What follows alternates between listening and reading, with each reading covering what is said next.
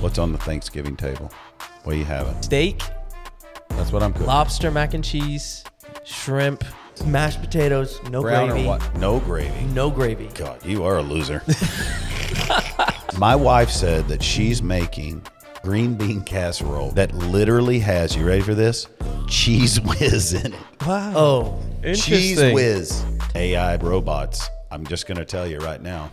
As soon as they come out, I'm buying one. Like it'll clean for you the house, or Oh, yeah, it'll clean for you. Yeah, that's the whole so this is goal. like iRobot. Could you imagine? Why? It's 9 p.m. You're going to bed and you just type in, you know, I'd love to have the windows in the second story clean. I'd love to have the yard mowed because they'll be able to see in the dark, right? Yeah, I They'll mean have night vision. that would be great. And I mean, the only thing I don't want them to do is blow the porch with a leaf blower while I'm asleep. Yeah. But other than that, go at it. In Send. I was listening to an advertisement from the Roman Catholic Church, issues of transgender and gender dysphoria, how that they're inclusive. I mean, it was stated that they're in agreement, that they understand their lifestyle. And I just wondered if a church, any denomination, makes that stance publicly, are they automatically apostate? I mean, is that an automatic guarantee that they're written off? So do you call it sodas? I do. Oh, gosh. I do. what do you call it? What do we? I call it Coke. It doesn't Coke, matter what it everything is. Coke. It's a Coke. No. No. There's something called Coke. Yeah. So like Sebastian, there's no way that you call it soda. I call it soda. Yeah. That is terrible. Born and raised in Boone County, and I still call it soda. Where's your parents are from there too, aren't they? that's wild. Who says anybody ever call it? Hey, I'm going to grab a pop. No. Satan I've does, never I know heard of that. that. Who does? Chrislyn? I know y'all can't see Chrislyn, but Chrislyn's going to be my stew.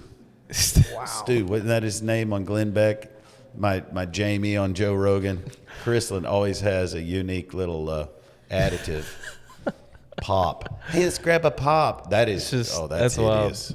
That is, I mean, I don't think I've ever soda heard pop that. is even worse. Yeah. The only thing you can make pop worse is say sody pop or soda, whatever you say. Sody.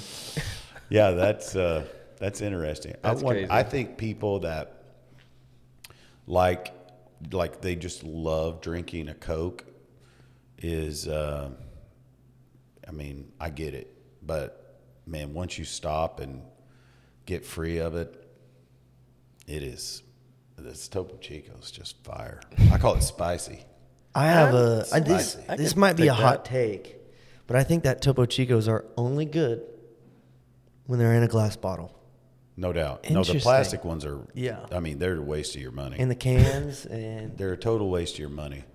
And the reason they didn't have as many glass bottles this year is they said there was a glass shortage in Mexico.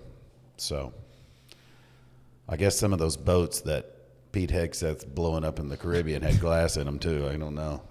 They had a glass shortage. Now I know that Mexico and the Caribbean don't all tie in, but I don't know. I bet they're all somehow tied in. I don't know. I also read an interesting study. So sody pop, but I also read an interesting. So here's an interesting thought. 99%. This is North America, so mostly the U.S. 99% of all men cannot bench press, not 225. They cannot bench press 220 pounds. 99%. 220. Is that the craziest thing? They said it was like 80+% of men over 70 can't open a jar of pickles. That's wild. What article is this? Wait, that's exactly what I wanted to get before I said that. Like, I should look this up, which I don't have my phone. But either way, I'm gonna say, don't quote me, but you can look it up. But I think Peter Attia is the one he's huge into grip strength, and he was saying that most, I'm going to use the word American men, that if you can bench press 220 pounds, you're in the top 1% strongest male. That's crazy. well, I mean that's all over Gym Talk, TikTok, but the gym portion of it, that's what they say. That's what is wild. gym talk? So It's a on channel? on TikTok, it's I don't whatever wanna is know. It's like on a your Don't trend. tell feed. me. It's Yes. it's Don't give basically anybody more reason to go. it's a trend on TikTok. That's Yeah, that's it. it's a that's trend, it. okay. Yeah. So whatever your For You page says, that's the talk Yeah. that you're in. So my feed is always gym stuff, It could pretty be- much. if it's so books- it's gym talk. If it's books, then it's book talk.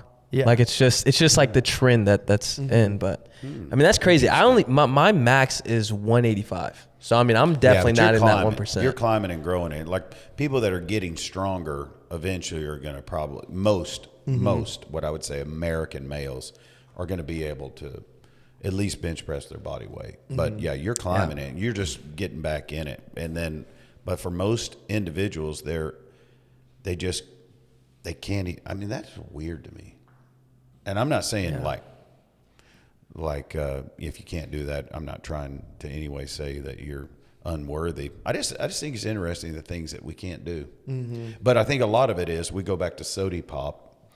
There's things we choose that deteriorate our ability to be more effective, and things we're all on mission on. So like for me, it's like this morning, for instance, I had a choice to get up earlier, to get up really early. And I believe the Spirit of God leads me to that. But ultimately, I get up early every day because I know that I am not going to be deterred by the average notification of the day when I'm trying to hear from God, when I'm trying to get a word from God, when I'm trying to write, especially when I'm trying to write, which Thursday mornings is my writing morning, or my finishing writing, most of my writing. And when you're up early, your mind's clear. You're the champion of that ground because you're up before anyone else. And I know no one's going to send me a notification, nobody. And I know I don't get notifications on my iPad anyway, which is what I write with. I don't even get text notifications. I turn them all off. I don't want anything to interrupt. That's my purpose there. Emails, nothing. But I'm not going to get them then. And this morning when I was finishing up my quiet time, I'm reading in 2 Thessalonians. It was a little after 4 o'clock. I'm like, I'm going to go win the day. I'm going right now. And you're a champion of the day. If you love to sleep, which by the way, I think sleep's great. And I just know that you can train your body when you don't have, I encourage people to get 7 hours of sleep and more if they can go to bed earlier.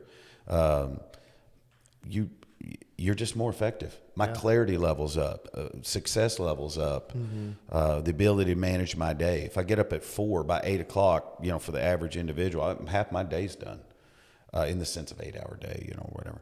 And then I'm ready to roll. So I'm just looking for things that will make us better. I thought that was interesting though. Soda pop, Coke.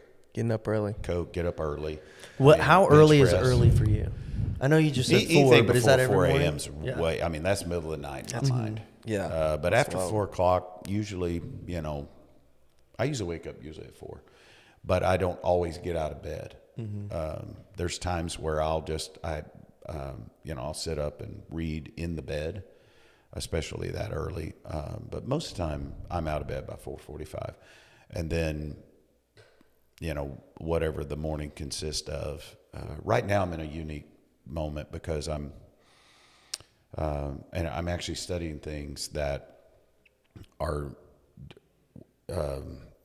not convenient. I don't know what the word is. They're really not me because we're in, talking about generosity, and most of the time I have an idea of kind of where I'm going. And with this series, and especially on generosity, I need more time. And so I've been writing a little bit more, but a lot of mornings I'll have my quiet time, get up, and then I'm shaping day. Like I'm shaping day. The Spirit of God's leading me to, hey, I'm going to text them. Somebody's on my heart. There's an individual this morning that's on my heart that I know it needs to follow through scriptural baptism. So I text them. I mean, I send later, of course. But still, I can send out a day's worth of text in 20 minutes and then I can just throw them out there.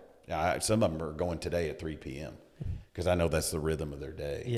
So I'm like, I can go ahead and get that out. It's done.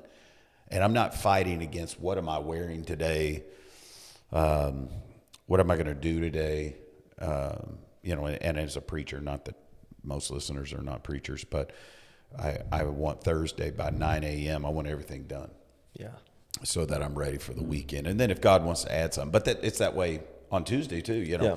I want to be as prepared as I can be so I can champion through. And when you get up early, you're already the champion. That's good. Yeah. I'm a champion of probably at least 10,000 acres around me.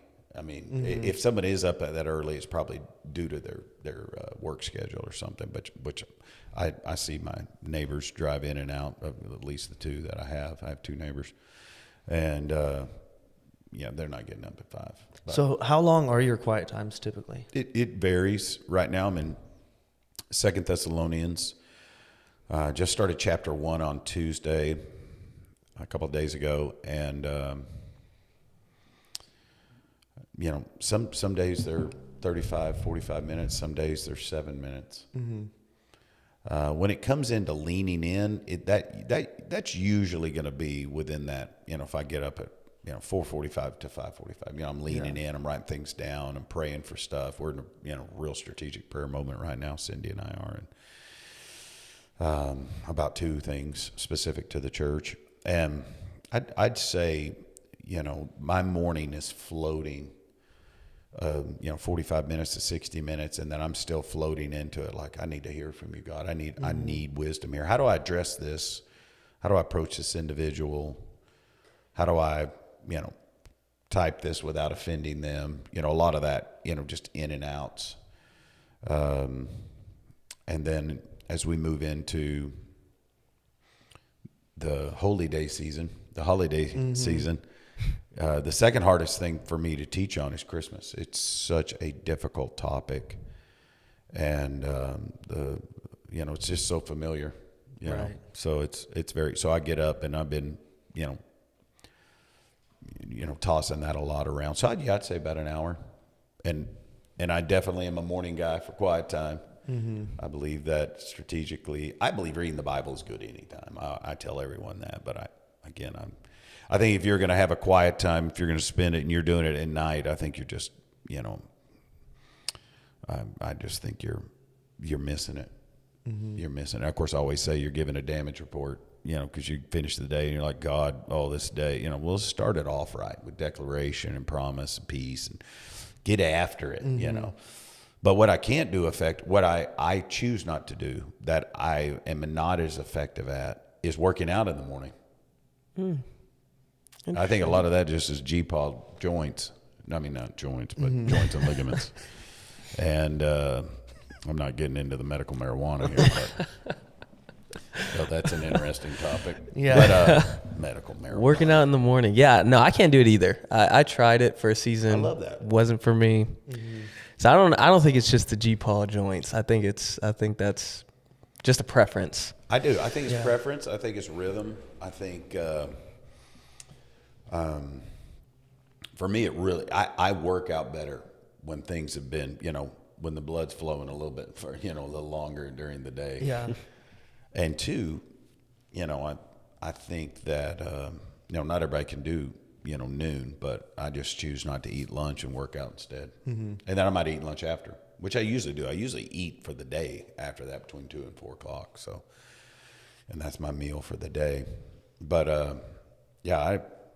I definitely think you get it going on in mornings. It's fantastic for quiet times. And I think everybody should do some form of workout. I had someone the other day tell me they can't work out because they can't afford it. And I thought that was a very genuine excuse. Yeah. It's a failing excuse, but it's genuine. I mean, you don't need to pay a gym to do a push-up.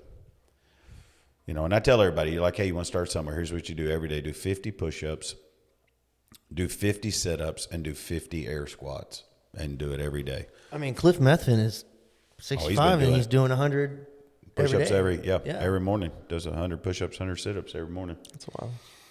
And he's young, but being in your mid-60s, he's been doing it a while. That's fantastic. But I definitely think mornings is where the magic happens. Are you a morning guy? I am a morning guy. Something that I've just recently started thinking about You've always described the evening as a damage report, and I completely agree with that. But is there, so say you have your quiet time in the morning, is there value in doing a damage report of starting your day off with peace, with getting fired up with the Word of God, living out your day and working hard, and then coming back home and doing that damage report with God? Is there value in that? I definitely think there would be value. I think that, especially for those of us that are married, it's a great time to do, prayer declaration instead. So we usually do, we do out loud prayer declaration before we go to bed. And we're praying, it's very, I would say if we pray 10 times, 4 out of the 10, maybe 6 out of the 10, we're praying some of the same stuff. We're praying for health. We're praying for kids. We're praying for grandkids. We're praying for ministry. We're praying for finances. We're praying that God would use us, give us influence. And we thank Him mostly for allowing us to be a part. But I definitely think reading is better than not reading. Yeah. And I think you can grab hold of some great truth in the evening as well. But if you can just be meditating for, whatever you count your day as, 16, 18-hour day, you're going to have a better W, no doubt about it. And but I definitely every night pray with my wife, and that's a game changer for our lives. It's definitely been a game changer. It's changed our marriage. We started that at year 10. We've been married for 32 years. So for 22 years, every night I prayed with my wife. Wow. And, it's a game changer. It sets the whole atmosphere. I think sending yourself to sleep, if you will, with the declarations of God's goodness and what we're believing for, just set you up for the win. And I think that I had an individual that actually asked me the other day, they were like, hey, I can't sleep at night. What should I do? I just tell them, I say, get the audio. I showed them how to do audio on BibleGateway.com. Just read Psalms. Just push play, put it on a volume that feels good. Night. And you can't go wrong going to sleep with the scripture rolling. That's right. Can't go wrong with it. All right, now I've got what's keeping me up at night is this fan that's brand new in my bedroom that makes the weirdest noises. It's like the crickety, rickety, chickadee. I don't know. It's just like constant tick, tick, tick. And it's never the same rhythm. I'm like, I'm going to do something inappropriate to this fan. And it's going to involve what's beside my bed. That would be an amazing, if I could actually shoot one blade of the fan while it's going. But my wife, for some reason, she says, I don't hear it. I'm going to record it and then have somebody amplify it. Because I do like a fan when I'm sleeping. Do y'all like something going when you're sleeping? I like a fan only if it's hot, but not if it's not if it's cold. Yeah, not like, hey, I just need a fan. Me neither. But I'm usually pretty toasty. Because my wife's 124 pounds and I'm not 124 pounds, so I can get, it can be a little warmer, and I'll turn the old rickety chickadee on. Good. And I bought it on Amazon. Should have known better. And it makes this weird beeping noise, and then when it starts, it goes backwards and forwards. It goes click, click, click, click, click, click, click. I was like, would you just start? Where did I order this from? Right now, because Quincy's in the bassinet, we have this sleep machine going. The pink noise? Yes. White and noise? It puts me right out. Interesting. But whenever we got back from our honeymoon, our first night at home, Lexington grew up with one of those Febreze things that shoots off automatically that's on a timer. You know what I'm talking about? It's like I have no idea what you're okay, talking about. So there's Febreze this, is in it. Yes. I mean, I know what Febreze is. Yes. So they have a machine that you can get at Walmart for like $15, and it shoots off on a timer like every 15 minutes or whatever. And she grew up with that, and we had one in the house. 15 minutes? How bad's your house smell? My goodness. Depends on the day, but our first night together at the house, there was something keeping me up. I kept on hearing this noise, and then it was also storming, so Lexington was freaking out.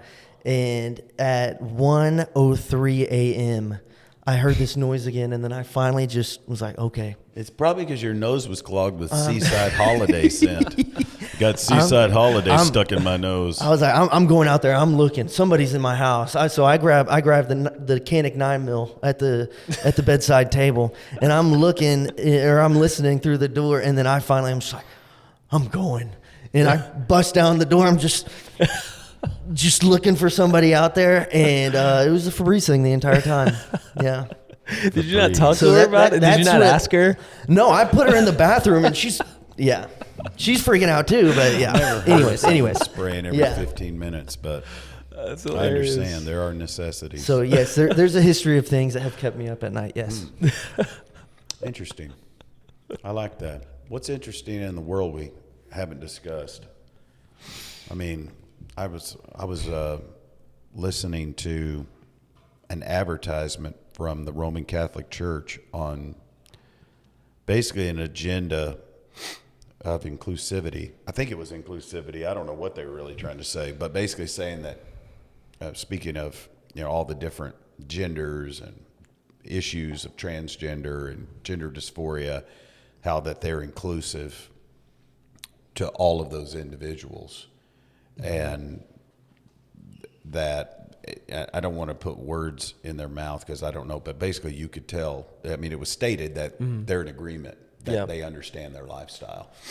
And I just wondered if a church, any denomination, makes that stance publicly, are they automatically apostate? I mean, is that an automatic guarantee that they're written off? I think that if you're affirming sin, then I would say so. If you're affirming of sin, then you're not preaching the truth that's found in the gospel. I mean, yeah. I mean, I think that's.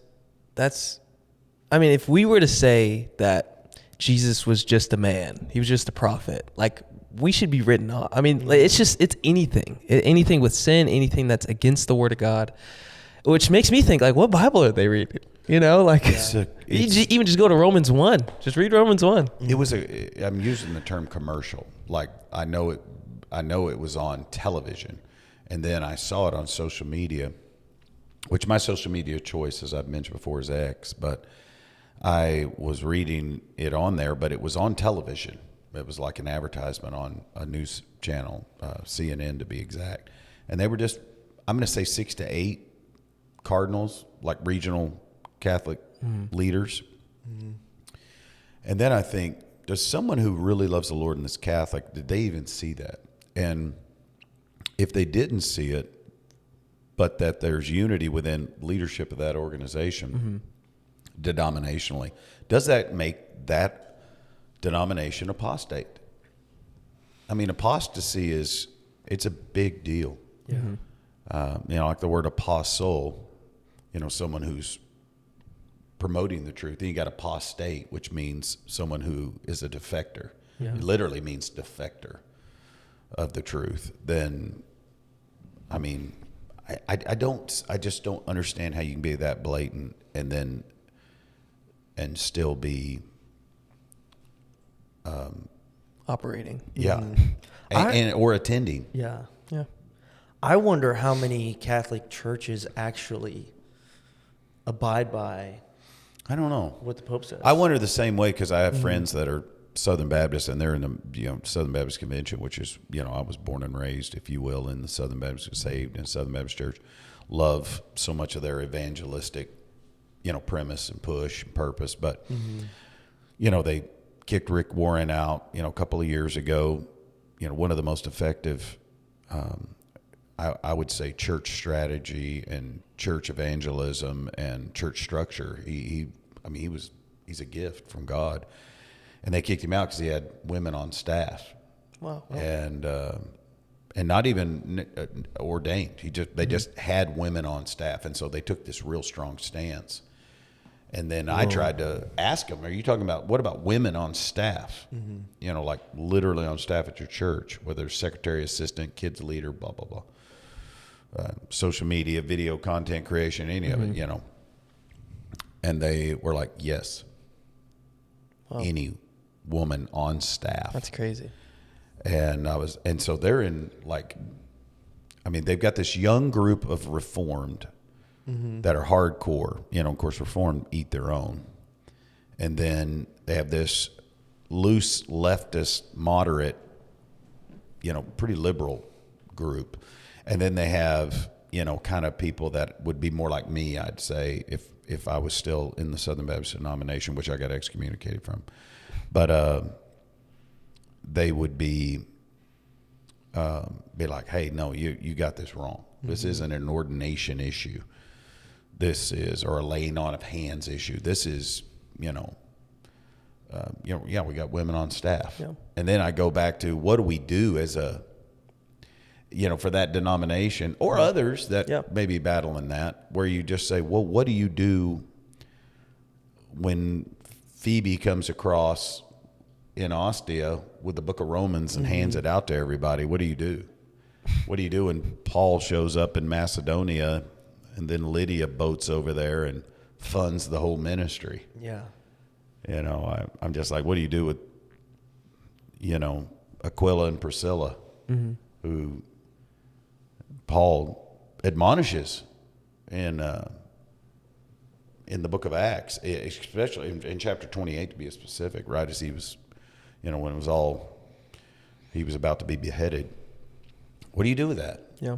What do you do with it? In the Southern Baptist, the crazy thing to me is every one of their missionary offerings and mission offering emphasis are all named after women. It's the craziest thing to me. They have an offering at Easter called Annie Armstrong offering. They have an offering at Christmas called the Lottie Moon Christmas offering. And then Arkansas has a state offering that they do called the Dixie Jackson offering, but you ain't going to be on staff at our church.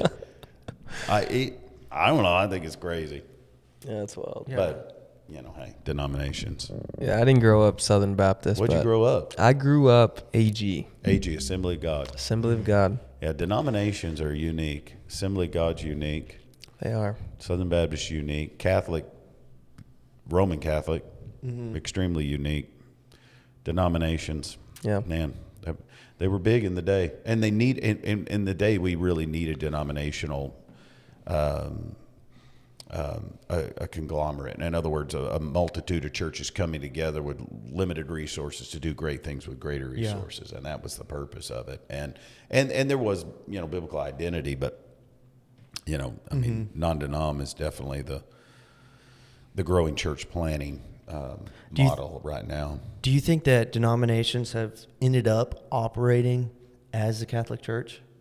I wouldn't say as a Catholic Church, but I would definitely say that they have become, the institution itself has been completely, I think it's been neutered by the fact that they are running churches or they're inspiring churches through their own limited ability to do greater mission, because they've got some of the biggest budgets for people that are sitting in office stamping stuff and are not even in the mission field. I think if, for instance, going back to Southern Baptist, I mean, they could do so much more missionary work if they didn't have, 51 to 60 cents of every dollar that goes to the Arkansas State Convention is to pay for someone's Lincoln Continental and their travel and their office and their salary, when you could probably run it through the local church pastors running on a 24-month commitment to help serve those areas, not pay $140,000 in salaries for, two or one position, and then you'd be more effective. Yeah. But I think what happens denominationally, they just start, it's just like the U.S. government. All the ideas were probably right at one time, and then you just get caught up, and you can't motivate anymore. You can't get people to do it for free, if you will, or serve according or volunteer according. And then the next thing you know, you just got a bunch of salaries and a bunch of buildings, and it's very, very difficult. But I think denominations should be run through the offices of the local church, not the denomination running the local church. Like, to be Southern Baptist and even be on a committee, you have to give 10% of your overall giving to the denomination. Wow. And I don't think that's right. Wow. Yeah. I don't think it's biblical, for one. And but you got to have that level. Number one, if you want some nods, be on some committees or ever be the Southern Baptist president or a state local leader. And that's such a tragedy. It's such a tragedy, in my opinion. That's just in my opinion. Yeah. Because people ask us all the time, what denomination are we? Always say Recovering Baptist. Recovering.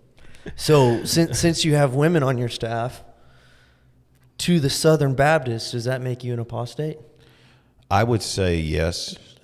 I would say yes. I would say That's crazy. yeah, I'm willing to stand on that because I don't believe that they're biblically accurate. Now, I'm not ordaining women, and I don't believe the Scripture teaches that, and I don't believe women are called to be senior pastors. And now there will be people that disagree with me on that, but I believe biblically I'm 100% accurate. I don't believe you can say a woman should not receive a salary from a local church, and if they do, you have identified them as authority. I think that's ludicrous, and I think it's a massive stretch because ultimately you have to shape it culturally. So within the culture of the New Testament church, women still did amazing things. Were they paid? I don't know. I doubt it. I bet most of them gave more than, but if they were receiving some type of income, it looks like Lydia, for instance, was wealthy and she funded probably, I don't know this, I'm just saying this. She probably funded 50+% of Paul's ministry, and she was the first to be baptized in Greece or in Macedonia. It was called Macedonia at the time. So yeah, would people think that? Maybe say, oh, that's unbiblical. They might say that, but I don't believe that they can stand on it. I even had someone say, well, you can't give him the title pastor. I was like, well, does that change the fact that I can have him as a director? Yeah. And they're like, no, not really. I said, well, what if a woman has the gift of pastor? The actual gift, the word poimen, the spiritual gift of pastor, teacher. I mean, is that somehow dispensationally only for men? I mean, of course it isn't. It's for women. It's just, I don't know. The word pastor is not a good word anyway for titles anyway, but I don't know. I hate it, but at the same time, I'd say denominations are in, they're struggling. Yeah. They definitely are struggling. And I'm grateful that we are still sowing in to some Southern Baptist works, but we're not giving to the Southern Baptist Convention 10% so that I can be on the committee. Plus, we don't have committees here. No, we don't. No committees. I have people say that. Do we have no, we don't have anything named committee. We used to, though. The good old days had the kitchen committee. The Baptistry Committee. Baptistry Committee. Yeah, they didn't do a very good job. When I baptized Jim Vining, my first baptism here, he was almost 80 years old. Prayed to receive Christ in our membership class. Settled his salvation. Wanted to be scripturally baptized. They filled up the baptistry. It was freezing cold. I was like, I'm getting ready to watch a nearly 80-year-old man die in the baptistry. They're like, it hadn't worked for years. It hadn't heated for years. Which the average Southern Baptist church baptizes, 51% baptize 0 out of 44,000 churches. That's wild. That's crazy. Wow. Yeah, but we shouldn't be into numbers. No, we shouldn't. No, like that TikToker we listened to the other day. Was that you or Gabe that sent me that? It was Gabe. Gabe. He sent me I'm not even going to say his name. I'm not even going to give him press, but I can tell you this guy has the best teeth I've ever seen. The But best they got to be veneers. veneers. There's they have no to way. Be I veneers. think I don't think they're veneers. What? I think, no. I think so. They have to be. They do not look like chiclets, but they're white as Tic Tacs. There ain't no doubt about that. And they are the best teeth. I wish he would do a podcast on how my teeth could look like that because those are amazing. That's wild. But he was like, the church, the box church, he calls it, shouldn't tithe. Your local box church. Your local box church shouldn't no tithe word. because the word tithe never incurs money.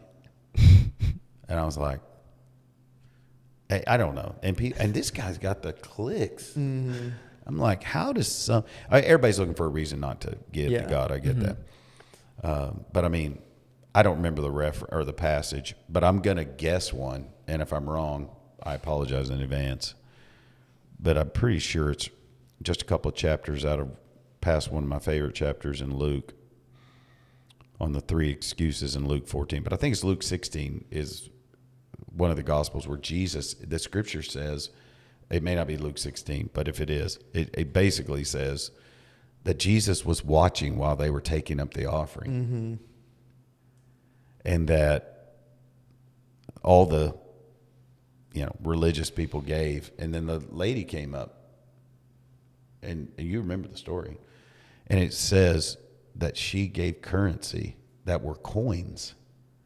If you're old school, you'd remember it because it's called the widow's mite. And it says she gave 2 pennies, basically. But she gave more than all the rest. That was one place of indicated currency. Of course, there's indicated currency all through. And in the temple. And the temple even had its own currency. I mean, it had its own made money, which we've talked about before. But this individual said there was never an example in the Bible. I was like, well, there's one. I don't know where it is, but I think it's somewhere in the Luke-ish, 16-ish era. And it's just stuff like that is so irritating. It's so troubling, and so many people take it as truth. Yeah. Yeah. Anything contrary to Scripture is going to get you clicks, going to get you likes, going to get you views. Yeah. Or even twisting it. Yeah. Even twisting it. I mean, because he has a ton of comments, ton of likes. I mean, you know he what does. I'm talking about. Yeah.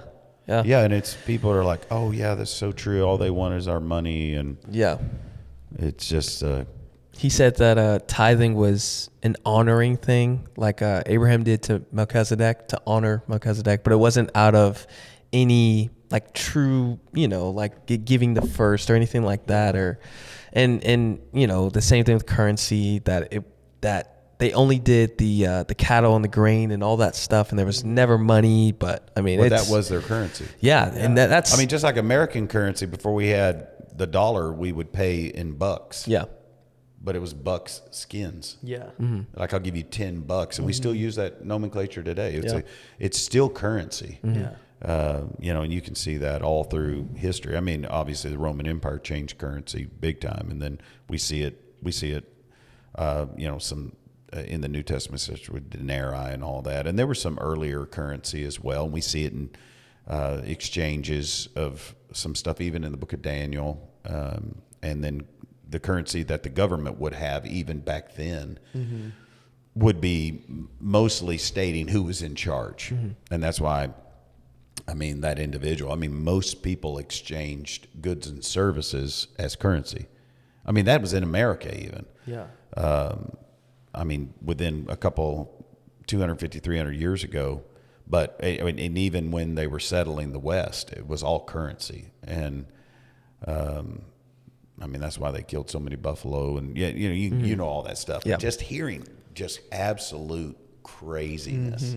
I'm just like, you know what? If you would take time to just go minister to somebody, it would change perspective on them. But when you're eat up with it like he is, but I'm telling you, he's got the best teeth I've ever seen. He's bald as a cue ball, but he got some teeth, and I'm jealous. I'll be honest with you. I need to figure out his whitening routine. Speaking of people that need to just get a life, what has happened to the individual that is just on examination course for Charlie Kirk's death? What is she doing? I don't even know if I want to use her name. I think y'all probably know who I'm talking about. I'm like, yeah. What would you let his wife exonerate him and just, you shouldn't say this to people, but you just need to shut up. And I don't even follow her. I've never had a chance. It's just so much out there where it's just constant. I'm just like, you know what? Maybe you ought to just honor him in his death by shutting up. Yeah. Yeah. And quit trying to turn. But I get it. It's how she makes money. But yeah, I'm just like, good, not these people. Yeah. She's so crazy that I don't know if she either believes it or if she's just doing it for the money. There's no doubt she believes it.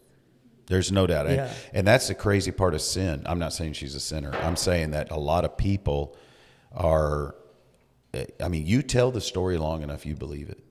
Even that TikToker about tithing. Take any topic. I don't even want to talk about money because people automatically give it. Take any topic you want, and they will figure out a way to make it whatever they want it to be. And it's a tragedy. Yeah. It's truly a tragedy. But I guarantee she believes it. I'm just like, what has happened to this world? What has happened to it? Where you just, and then people stand on it. And then what do you think about like that Nick Fuentes guy and all that? I mean, is he? Why? Here's what I want to ask. I'm not a 20-something. Why do 20-something men listen to him? Because it really is a millennial deal, right? Isn't it? I mean, from what I hear, and he's 20-something, and he's in his 30s now. No, he's 20-something. He's my age probably. Yeah, but why are they listening to him and not listening to someone that actually believes? Because what I read or I heard him, somebody tweeted or X'd, we don't know what it is, but a statement on it basically saying that it would have been better if the Latin Vulgate had never been translated into English. Yeah. Wow. And why are 20-something, especially young men, listening to him and not listening to truth? That's a great question. I believe they're listening to him because he just has such a strong opinion, and it's really a reaction to the culture. But I mean, don't you think he's just a rage baiter? Swinging. Yes, exactly, and that's why people listen to him. Because, and then what's so crazy is just like Andrew Tate and all of these different talking heads, they share a little bit of truth, a little bit of like actual truth, and then they dive into just absolute horrific things, and that they pull you in with the truth of politics or whatever it is, and then they just share an opinion that is just so contrary to even that truth that they shared. So if I'm a 20, let's say I'm still at home, or I'm under my parents' authority, maybe not in their home, but I'm under my parents' authority, and we know all these 18 to 24-year-old young men have mobile devices. How is a parent, how is an authority in their life able to still speak truth to their life with people that are and I don't mean loud negative, but as loud in their ears like that Nick Fuentes? Am I saying his name right? Yeah. Or even Candace, or some of these, again, I'm using the word rage baiter, like just stirring things up, or even like Tic Tacs, chiclet teeth boy. I mean, how do I as a parent go? Because I've got some 20-somethings, and I've got, like my youngest is just turned 24, single. I mean, I'm just like,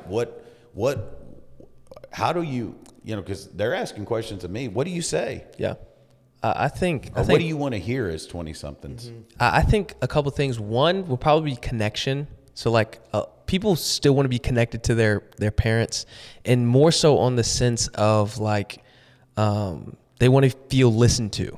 Like I feel like in my age group, which I'm 23, about to be 24, like it's been a lot of like, like just do this or do that and trust me, instead of do this and do that because of this, and let's talk about it and go through the channels of, me learning. It's just more so like, trust me, I know more about this. And that's kind of where I would even say in my life got me into some, traps, because like, it was also just kind of generalized and just like, hey, just don't do this. Trust me. I know better. I'm the parent, and we'll go with this. And in my mind, it was just like, man, but like, I just want to know why, and the difference and all this other stuff. And I honestly feel like there's another section that people just don't want to listen to truth or study on their own and find out truth. Yeah.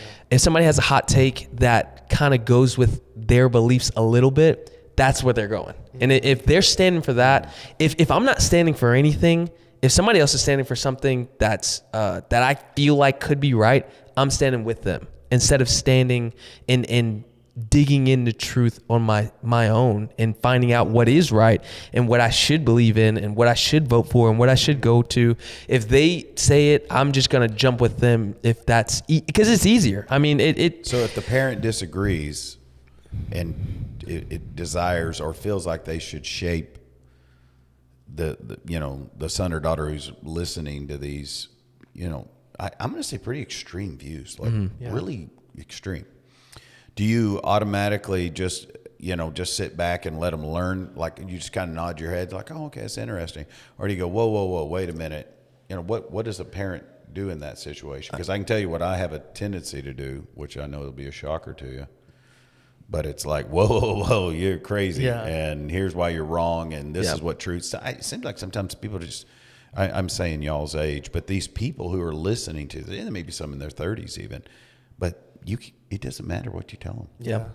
It does not matter. I mean, I'll even tell them, I'm like, hey, whatever the issue is, whatever they're battling, like for instance, the Bible, they're like, yeah, why did we even translate what should have been in the original? And I was like, what original? What are you even talking about? Yeah, wouldn't it have been better if we could just have, clerical interpretation from those that finished a degree of understanding Greek or Aramaic or the Septuagint or whatever. I'm just like, what are you even talking about? Yeah. And they're grabbing hold. So I want to try to direct them, and then they're just like, yeah, I don't. Do you share something, or you just let them just ride it out? I mean, I say always stand in front and, speak truth. Like, truth should never be under a lamp shed. Like it should never, ever be under a lamp shed. Truth should always be shown and always be put out there. But I think connection is also super important as well. Like I can say that this is wrong, you should not believe in this, and still love you and still bring you close and still show you and be the example. But no, I think you always should stand in front and declare truth and say that this is wrong. This is the reason why, and always be, clear about it. Like I don't think that ever should be unclear about it at all. Yeah. I mean, I think that there's a resiliency to standing for truth that we're missing, and it may even be with Gen X, it may be Gen Z, it may be millennials, it may be, what did I hear, that alphas and betas, whatever's, I don't even know all the generations, but I know for a lot of people, there's just a resiliency. They're just like, like, I just don't even want to deal with it anymore or whatever. And there's some things you got to deal with. Yeah. One is biblical truth. Two is I live in a world. Yeah. And then I live in a nation. I live in a city. I live Right. in a county. Whatever. You got to deal with some stuff. You got to be willing to, think through it. I would even go back to, in the sense, because obviously my vocation, but like polity within a church, understanding structure of a marriage. Oh, well, it's just, I kind of agree with you, but I'm not gonna. Well, why not? And the things that they are passionate about, and I'm using they being a younger generation than mine, they're passionate about the weirdest things, and I'm just like, why do you always want to talk about the weird stuff? Yeah. I had an individual the other day. Well, it was yesterday, to be exact. Other day, that's an interesting word. Like, other day for me could be 20 years ago. I'm serious. That's terrible. Is that lying? That's the real thought. So if I say the other day, is that a lie? No, I it mean, is no, it was day. the other day. Yeah. It is the other day. That's a good point. It's a good point. That for me, most times it's just laziness. And like, I don't want to really dig back to exactly when it was. But this conversation was yesterday, the other day. And this individual was like, well, I just feel like that, I can't get this breakthrough in my marriage, and I can't get this breakthrough in my marriage. And, I just feel like it's insurmountable, and there's no way it's going to change it. And I was just like, what you ought to do is, why don't you just be a better you? Yeah. Oh, that has nothing to do with my marriage. I'm just like, what is going on here? Yeah. Because everything's related to the failure of his wife, instead of, what could I do to be a better me? What if I just made me better? Yep. Yeah. What might happen if I become the best me ever? Well, then his response was, well, no, she won't even listen to me. She won't even. I was like, well, do you have a cell phone? And no one likes when I'm sarcastic, and I love it. And I'm like, of course, we know he has one. And I was like, send an audio text. You can choose to listen to it or not. You're still obeying and being a better you. Yeah. Yeah. Just audio text her. And then send her a text of your Bible verse. And then what else you ought to do is start saving money if money's the issue. Save now. You don't need her there to save money. You don't need to save her. You don't need her there for you not to be addicted to pornography. Yeah. Isn't that amazing? It's like, when she's here, I just have to look at my phone and nudies. I just don't know. No, it isn't. Why don't you just not be a perv? Why don't you just choose to do the right thing? Why don't you choose to take $10 out of your 100 and put it in a savings account and then give your first to God? You can do all that winning, but they're just like, no, everything has to relate to the failure of my marriage. No, don't do that. Everything has to relate to, if it's Rage Bait or Nick or whoever, to everything he says. No, just listen to it. Yeah. Just listen. It's like listening to whatever you listen to, which It's so sad. I pretty much listen to this channel on YouTube called Resort TV One, and all they do is walk around Disney World live. It's so sad. That's about the only YouTube I actually leave on my TV. I mean, I'm maybe still working or whatever, or eating pork rinds, but I mean, I'm just sitting there. But so there's people, and then they dive in, and it's just like, yes, this is what it is, and you can't change my mind. And those issues they're delicate, but at the same time, it's important to. For me, as I'm dealing with 20-somethings, and I want to lead a church, and I want people to listen to me that's in their 20s on Sunday. Yeah. You know, you got to, I don't know. I'm going to need a lot of help from you young bucks, I guess, for sure. As a 20-something, you as a parent being aware that Nick Fuentes exists is crazy. Because there's a lot of parents that just don't even know. And then you being able to address, for me, somebody that addresses the nuance or recognizes that there's a lot more nuance than just the hard cut black and white, that's so refreshing for me. Yeah, because there are people like it looks like, especially 20-somethings, especially the generations below me, like they just go hardcore. Like they'll just cut something out and say, I'll never do that. You know, we've talked about that before, where they're just like, no, I'm not ever going to do that. One example of that is people that just go hardcore against social media. It's like, I'm not in it at all. And they play the cool card, you know, like, yeah, I'm just not into it, or maybe it's a mobile device, and then I'll ask them why. And at least in my world, 9 times out of 10, it's something related to social medias of the devil, or there's so much filthy stuff out there. And I was like, what is that? How are you allowing anything to dominate you to failure? And especially social media. What kind of human are you where you're going to allow, I don't care if it's social media, medication, sody pop, whatever it is. How are you going to allow anything? I'm going to let social media, no way. You ain't dominating me. I'm not going to let my phone tell me that I live in the gutter of failure and perversion. No way. Have I ever failed before? Of course I have. Will you fail? Yeah, you'll make mistakes, but I don't need a cell phone for that. You know, for me, I just need somebody to be in a loose blouse and bend down in Walmart while they're picking up a can of corn. And I got to make a choice. Am I going to look down that blouse, or am I going to be a man of God? Yeah. I don't need a cell phone for that. And you're gonna choose to lose and then make anyone who's on social media the enemy. Well, I'm on social media, and guess what? I'm not a pervert. And I went and instead of letting her bend over that shirt all the way, I picked up the can of corn and gave it to her. You know, you get to everybody just.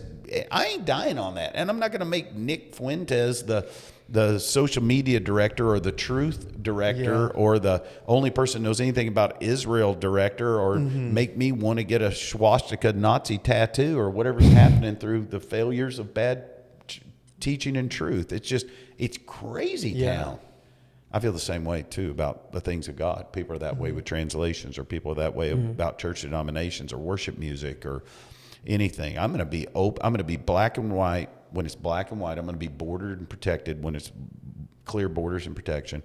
And then I'm going to be open to the Spirit of God whenever He's leading, moving, and I'm going to use social media because there's no great. I have a better voice on Facebook. I reach more people on Facebook than I do on Sunday morning. Wow. So why not use it for the glory of God? Yeah. And not only that, you guys need to get on Facebook. I mean, if you're not, you need to. Not on Facebook. Because Facebook is money. I mean, you want to talk about have a voice that actually makes a difference. Yeah. I'm telling you, G-Paw and Cece are on there. They need to hear these young kids preaching the gospel. Yeah. Instead of Facebook Senior Sunday. Goodness, that drives me nuts. And also, I just want to tell people that if you're listening to this podcast and I've recently unfriended you on Facebook, it's not because I hate you. It's just you don't click like on anything that I'm involved in, and I don't see you in my algorithm, and I needed to free up some space because I'm only going to get 5,000 people at a time. So, bye. And then I did have someone DM me. He said, "Why'd you unfriend me?" I was like, "How did they find that out?" Yeah. We're checking. You have to go digging. They They're were checking. dad blasted creepers. That's Yeah. what it is. They're creepers. I have people that creep and accidentally say, "Well, I caught you. I knew you were creeping, you creeper. You're on your wife's Facebook, creep."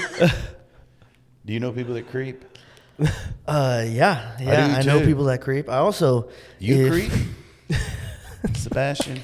So if there's somebody that I haven't seen in a while, okay, and they're on social media, I'll go to their account, see if they follow me still, and if they don't follow me, I'll unfollow them. Now, that is Right a way back. to free things up, but it takes so much time. Why not just go, you know what? Here's what I do first. This is my get rid of people off Facebook, because I've got to free it up almost, I'd say every other week or so. I'm back, bumps back up.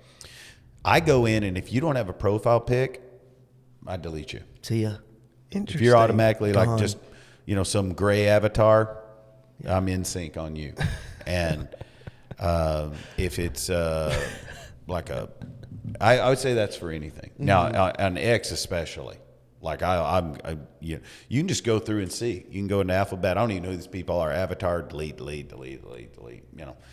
and it helps. But then sometimes I go through and it's Alphabet, and I was like, Annie, blah, blah, blah. I don't even know who. Delete. I got free some space up. Yeah. But I tell you what I don't do is creep and say I'm not on social media very much. Oh, that drives me You got to batty. keep that ratio right. It's the same people say I don't watch TV very much. That means you do. Just don't say that. Just say, well, there's some. I do sometimes watch Resort TV 1 on YouTube while they walk around Disney with a 4K iPhone or whatever. I need a life. That is the bottom line on that. Resort TV 1, though, I'm giving them some advertisement. I mean, if you just want to save $223 for a pass at Disney for a couple of days, there you go.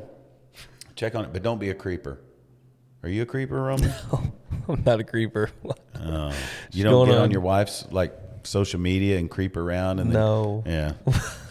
I don't either. I don't have time for that. But I do like social media. I do. But X is my favorite. I mean, it's my favorite. I get more information there.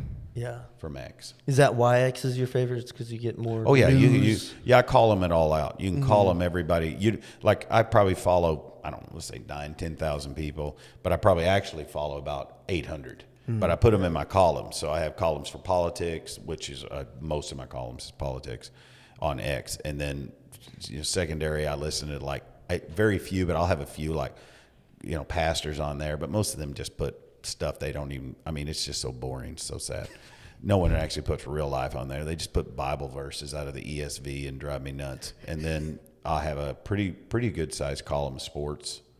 I have a column of just CrossFit, like workouts, CrossFit gyms. So a lot of times I'll travel and I need workouts, so I'll go in there and they post their workouts.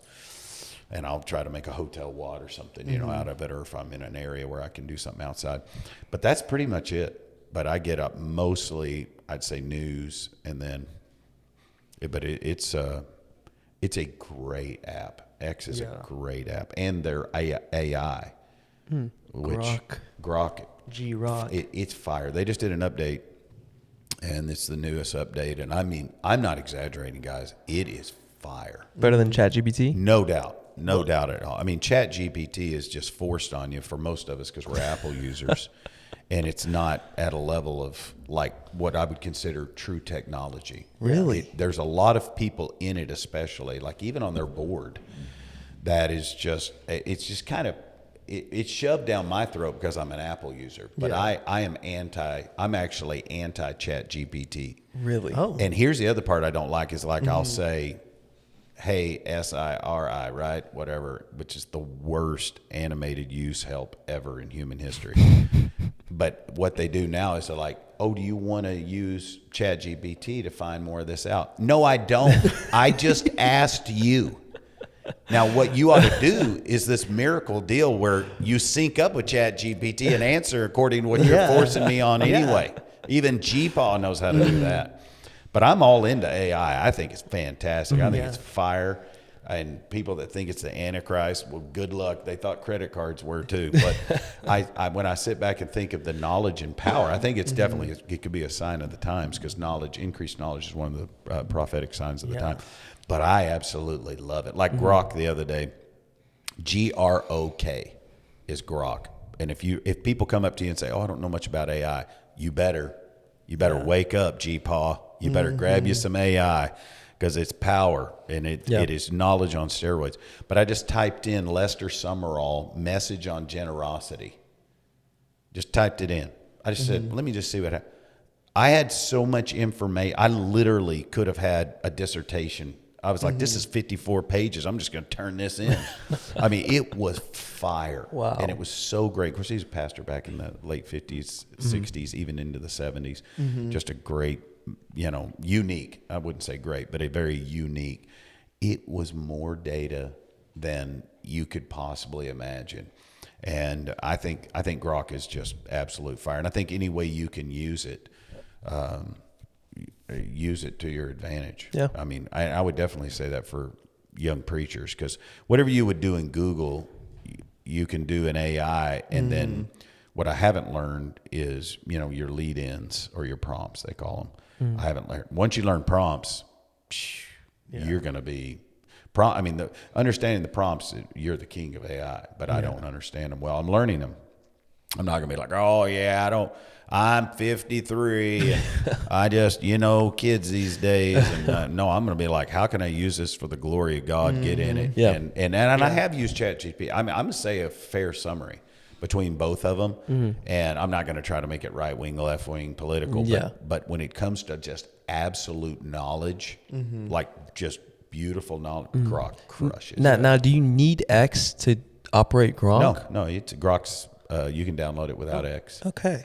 Now they'll have what I call, I don't know if they call it beta every time, but they'll do updates and stuff that aren't available to just the app. Okay. But eventually it will be. Yeah. That you pay whatever you have to pay to be a member. I forget what my membership is, but it's pretty expensive. Interesting.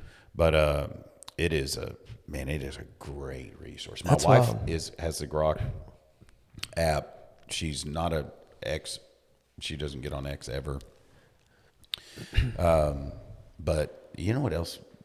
I'll say this about Cindy. She is the slowest caption typer in human history.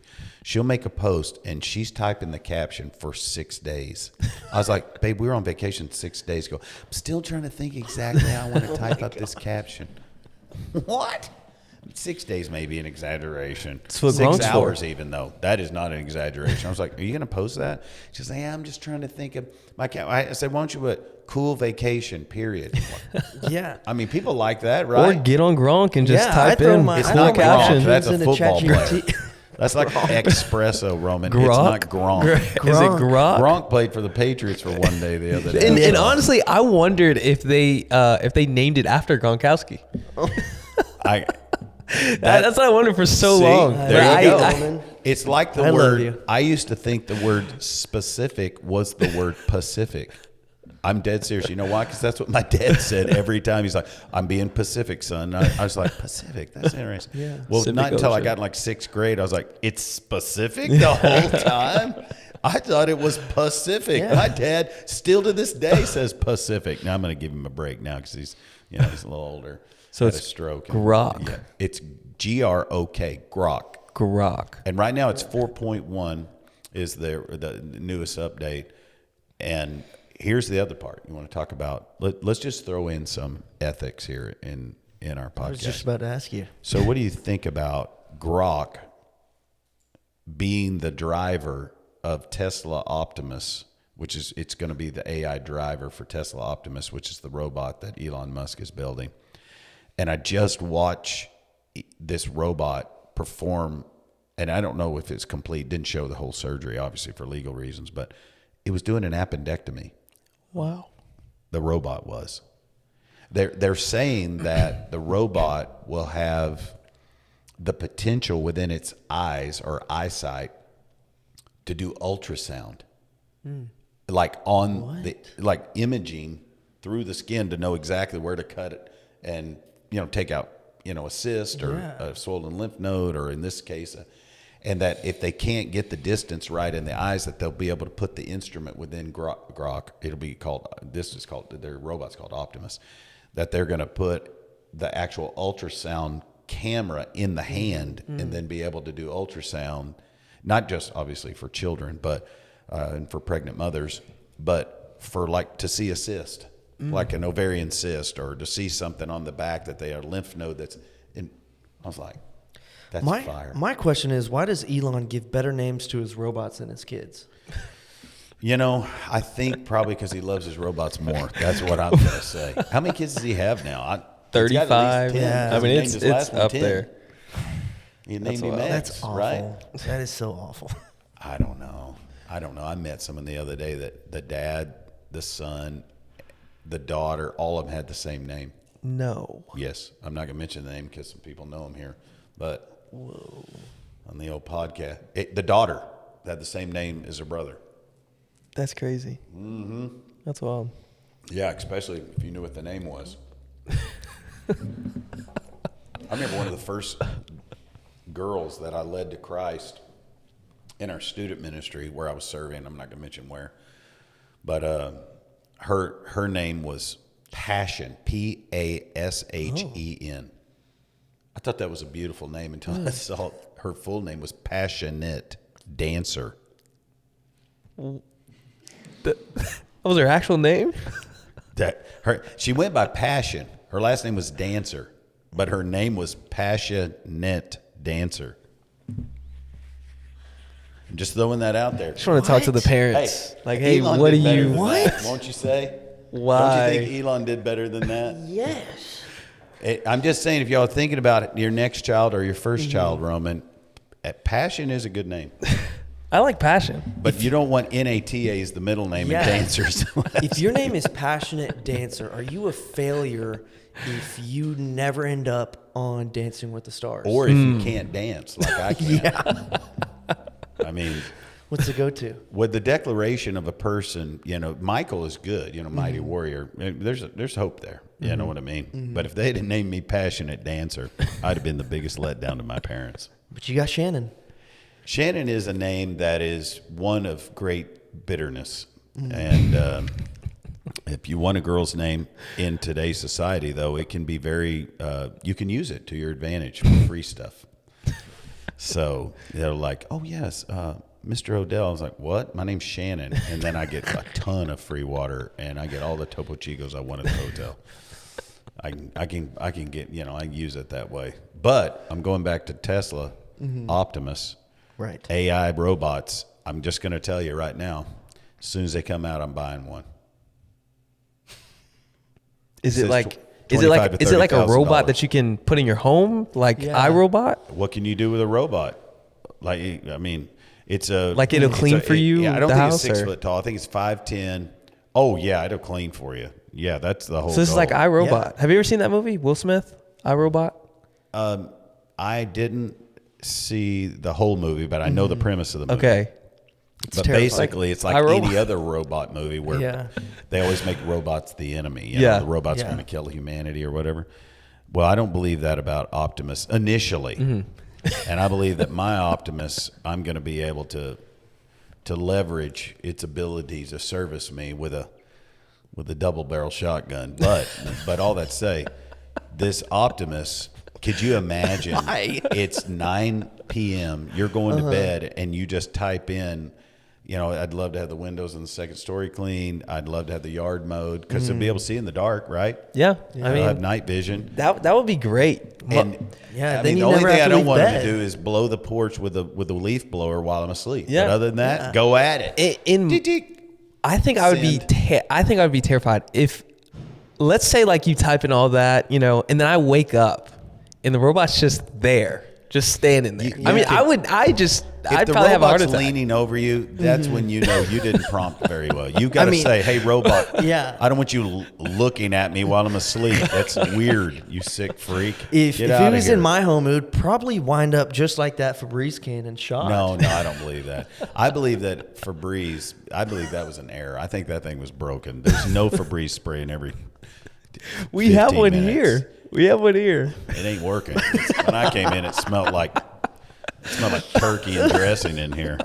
I have a weird fetish with my nose. I'm telling you, I got a hound dog nose, and I start smelling something, I can't get it out of my nostrils. Yeah. You and Evan. Evan's that way? Yeah. Well, he needs a little better one because I got in his car, and he doesn't care about that smell. I can tell you right now. But he's got 2 kids. What do you expect? I mean, Yeah. you're gonna have some Pampers smell in there. But I just know when the robot comes out, I'm getting one. I think it'll be in less than 5 years. Really? He's going to produce 1 million of them. That's wild. He's going to build 1 million and put them for sale between $25,000 and $35,000. That's wild. I mean, imagine how much money. I even think for the church, what a blessing it'll be. We all leave, type in what we want done, cleans the whole place. When we come back, what a blessing. Yeah. He can preach for us. No, we ain't letting him preach. We ain't letting him. So, yeah, somebody was like, what if you marry one of them and you get older? I'm going to say, well, number one, you're weird. Yeah.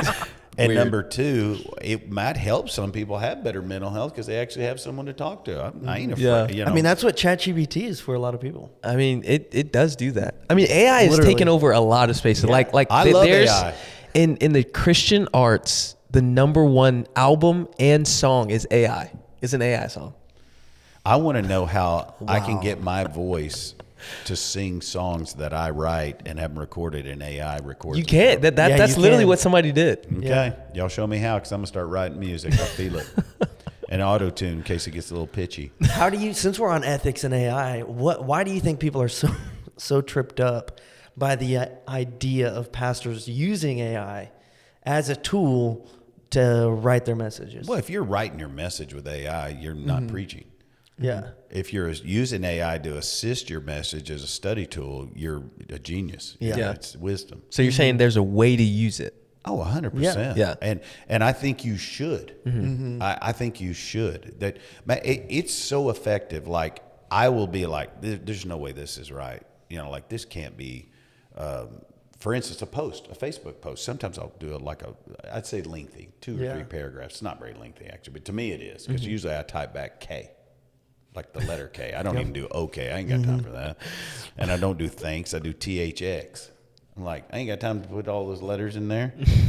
And so I'll show it in Grok and I'll be like, edit this. And I didn't even know. It's not, like commas, conjunctions, moving prepositions around. That shouldn't have been an adverb there. I'm like, oh man, this reads good. And sometimes it's so good. I'm like, there's no way anyone's going to believe that's me. Yeah. So I just go in there and misspell a word and post it. I'm serious. You think I'm lying? I'm like, I'm going to misspell there. I'm just going to misspell it.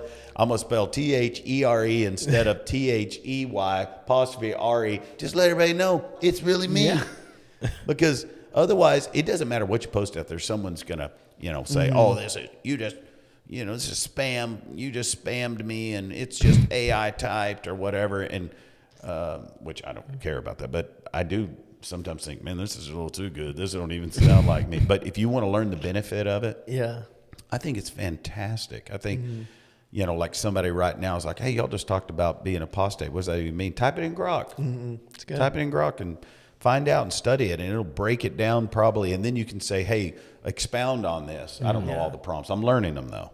And but I think ethically you should be using, preachers should be using AI. It's like, oh, I'd never use AI. I'm just, oh, shut up. You shouldn't say shut up. I've said that twice in this podcast, and I'm just going to say we need to make sure that is in the comment section. Shut up is a bad word. I'm just talking like just rambling here. So I'm going to look at you and say shut up. Well, I might, but not from the stage.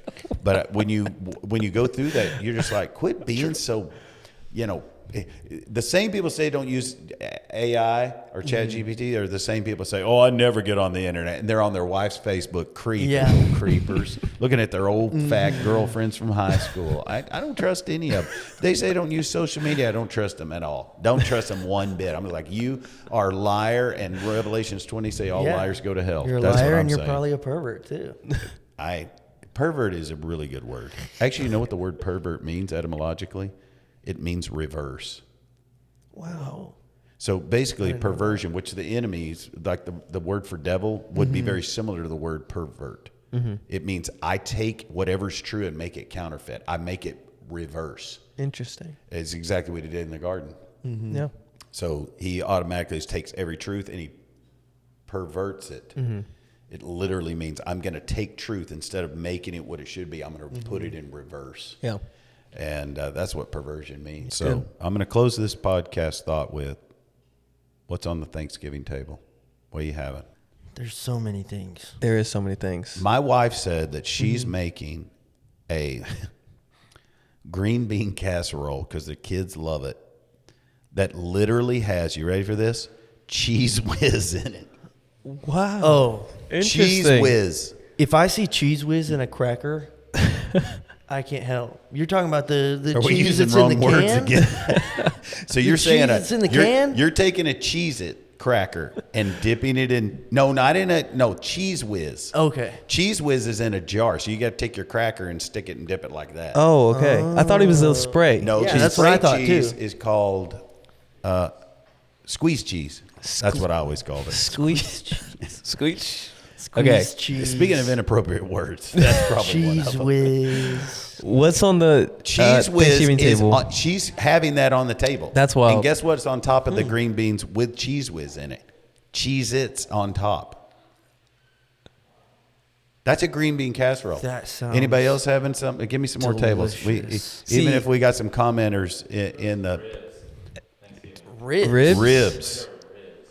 I mean, unique. I like that. I will say the That's raw and last real. Thanksgiving was the best Thanksgiving ever. My grandma-in-law. How do you say that? That'll My, work. my wife's grandma. So Grandma. she cooked steak, That's what I'm cooking. lobster mac and cheese, shrimp. Well, what else? What else? Something broccoli. It was bacon broccoli, Broccoli or with something. cheese It was whiz. incredible. The best Thanksgiving I've ever had There in my you go. entire life. That's what I'm I love having. you, Mom. Wow. We're having steak. We're going to have some elk backstrap. Oh my Okay, so I'm God. going We're to your having house smoked turkey. for Oh, Thanksgiving. yeah, come on. We're having, what's the other meat option we're having? We're having something else. Oh, KJ, my son, harvested a deer, and he's bringing over jalapeno, cheddar, deer summer sausage. Wow. So, I mean, we're going to have wild game like the original Thanksgiving, at least according to all KJ, the you have pictures my I drew as a number. kid. And You know where to find me. and we'll have turkey there too. But, Nice. You know, turkey. I'm a ham guy. I like ham I over love turkey. ham. I like it over turkey though. I don't think I've ever had like Don't like the, it over it. a I like good juicy turkey. know I about like that either. turkey with Cavender's Greek seasoning on it, which is made in Harrison, Arkansas, my hometown, by the way. Steve Cavender. Yeah, it is. Yep.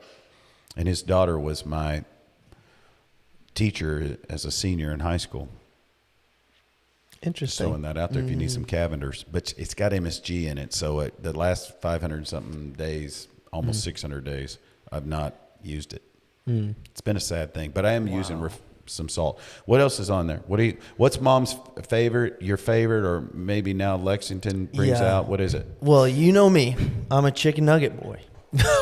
No. I'm not eating chicken nuggets on Thanksgiving, but that No. means that I'm very basic.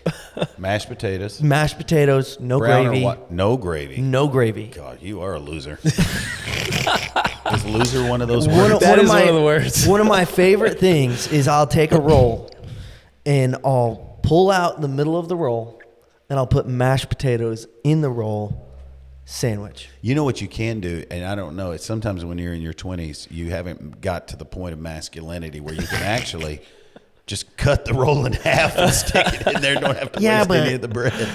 You're just wanting to create a nice little jar almost. Yeah.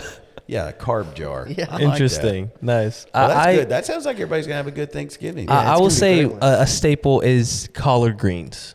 Oh, collard yeah. greens. Oh, yeah. Collard I greens. I like every Thanksgiving. Now, I didn't have it. I'd have collard greens for New Year's. My mom would always make black-eyed peas and collard greens for New Year's. Interesting. Yeah. Yeah. Yeah. Isn't it- Keep the black eyed peas. Collard greens are great. I love collard greens. I love what's the other greens? My mom used. Of course, she just used to do spinach, but she'd make collard greens and Brussels sprouts. I mean, all the greens. Mom, she Interesting. made them. She was fantastic. But I hope everybody listening to this. Hope you guys have a great Thanksgiving. Oh, I will. I will too. It's my favorite holiday, my favorite American It's holiday. the best nap of the year. Yeah, it is. The tryptophan kicks in. But I don't have to have turkey. I'm good with it. But I do love turkey. And I love ham too. But it's going to be a great Thanksgiving. And I'll say this in closing before I pray. The beauty of Thanksgiving is the understanding of gratitude. And man, just whatever we do, sitting down at the table, make sure we pray, and then we just say some thank yous and have some attitude of gratitude. And I know God's going to be glorified in it. Yeah. Yeah. And I do want to say to everyone listening, click like, click subscribe. And if you got anything out of this, throw it in the comment section. Yeah. If you've been offended, it's because you stayed with us the whole time. And that's what a podcast is for, to offend people. Or at least get people to think, I should say that. And I'm going to pray for us. Y'all good with that? Absolutely. Jesus, thank you for the opportunity to communicate. Thank you for these listeners. Thank you for giving us this medium to come into living rooms and vehicles and just have community and conversation and get us thinking in ways that bring you glory. In Jesus' name, amen. Amen. Happy Thanksgiving. Happy Thanksgiving.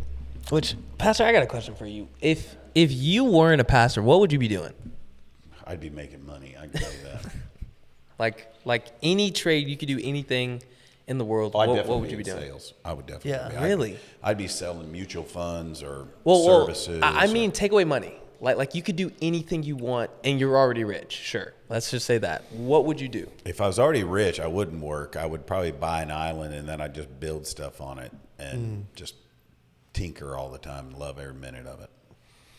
But if I had the opportunity to, I'd definitely be in sales. I'd be, just creating service that everyone needed, and I would sell the vision of it, and it'd be you could make a lot of money doing it. Matter of fact, most